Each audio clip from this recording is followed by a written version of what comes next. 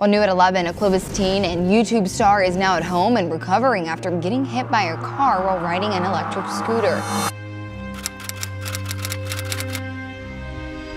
Nidal Wonder has 2.2 million followers on YouTube, where he shares funny videos with his brother, but for the past week, he has been fighting for his life. I'm very lucky to be in a wheelchair, not in the hospital right now. 1 week after getting hit by a car riding his electric scooter, Nidal Wonder is home from the hospital and surrounded by his family. Walk me through kind of what happened last week, what was going through your mind, and, how are you feeling sitting here today? So, walking through last week, got a call from my son who was driving past the accident, and he just said, was hit by a car, and hung up on the phone. So, I knew he wasn't joking, because they kind of knocked him up. I was picking up my niece from school, and I just was in shock, and I was stuck in traffic, so it was really difficult to still hold myself, to compose myself, but really what I started to do was just pray. That's all I could do. Kind of just on autopilot, not sure if I was supposed to go this way, or to a hospital, or what I was supposed to do. By the time I did get here, went to the corner there, and he was already loaded in the ambulance, and they were about to take him away, so I was just kind of there trying to piece together what just happened. I mean, being in shock, you just don't know how to think. Alcohol never went in there.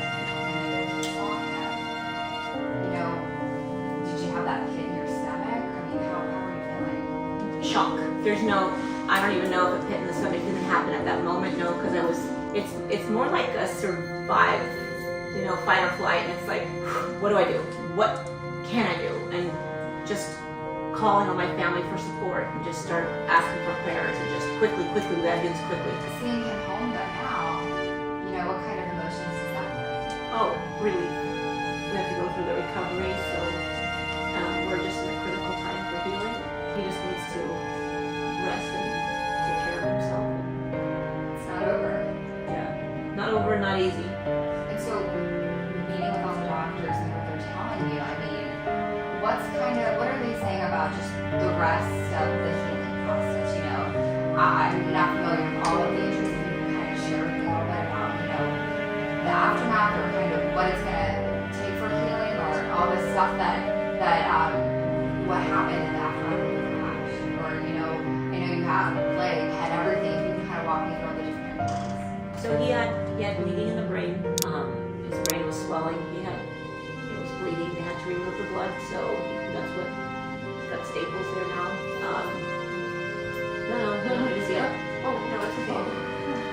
So that's the most critical injury there. And then he's got fractured collarbone. The whole left side of my body is Fractured collarbone, bruised ribs,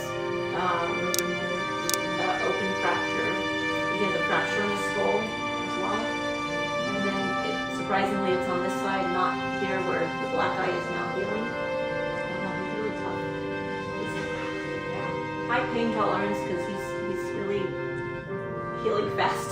The past few days, seeing him, get better, was there a point where you were just so worried, everyone in the family was worried, to where we are now? I mean, these are really critical injuries. Having him home now, you said it was relief. Was there a point in time where you were just terrified about what could happen? I think personally, I was not. I was not terrified of what could happen. I really just let it all go in God's hands, and I said, he's yours.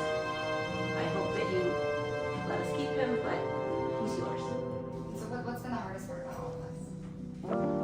I just, when you just do what you have to do, and you just get it done.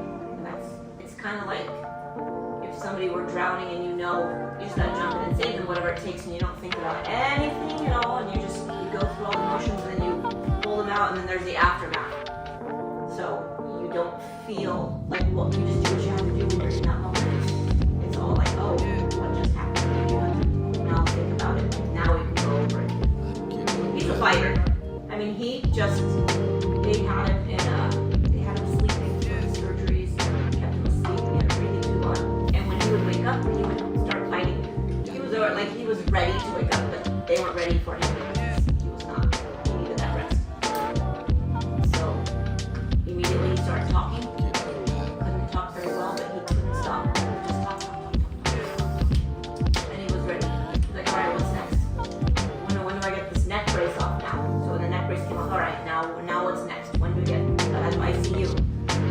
right now that I'm here, okay, when do I get out of this room? Okay, let's get a move on it. So he's very progressed really fast. It was just kind of waiting around. It was a really good deal. And it was time to go. I'm feeling amazing. I'm so glad that I'm out. I hate hospitals. Like I hate like laying in bed for like hours and sleeping. Like I like being productive. I'm a productive person. And you have quite that impressive YouTube Yeah. resume. It seems like productivity is not something you struggle with. Yeah. The day of the accident, I got a haircut. I crashed.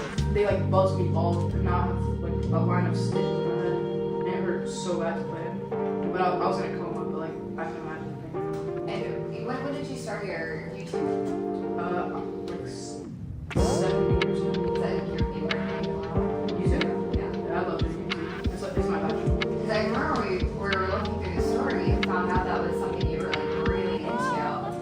We thought that was cool at the station. We're like, well, it gets more views than us probably. No, I've been doing it for so many years that it's just like a daily habit for me. And your mom talked about kind of being relieved that you're home now. Do you feel relieved?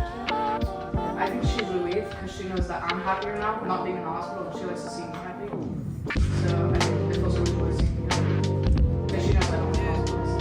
And you mentioned you have a lot of injuries. Are you are you in pain? Are you? No, actually, the day of the accident, I went and they like put me to sleep for like 5 days.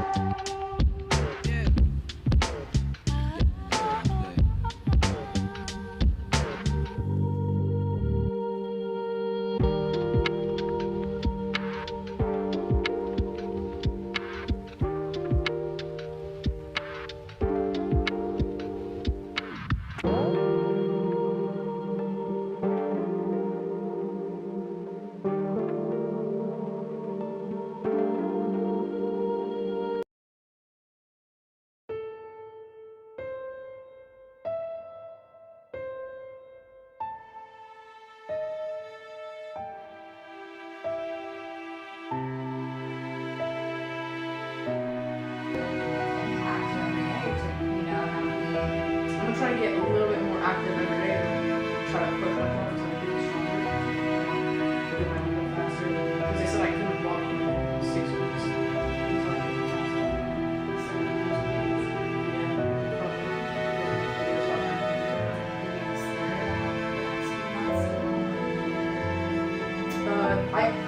I'm very worried because without walking I really can't do it.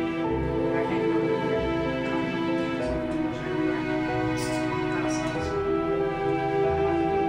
I'm very lucky.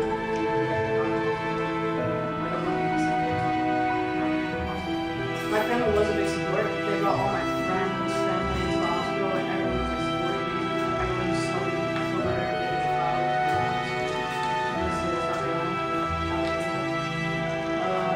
I feel like my family was trying to help me out like a lot. Without my family,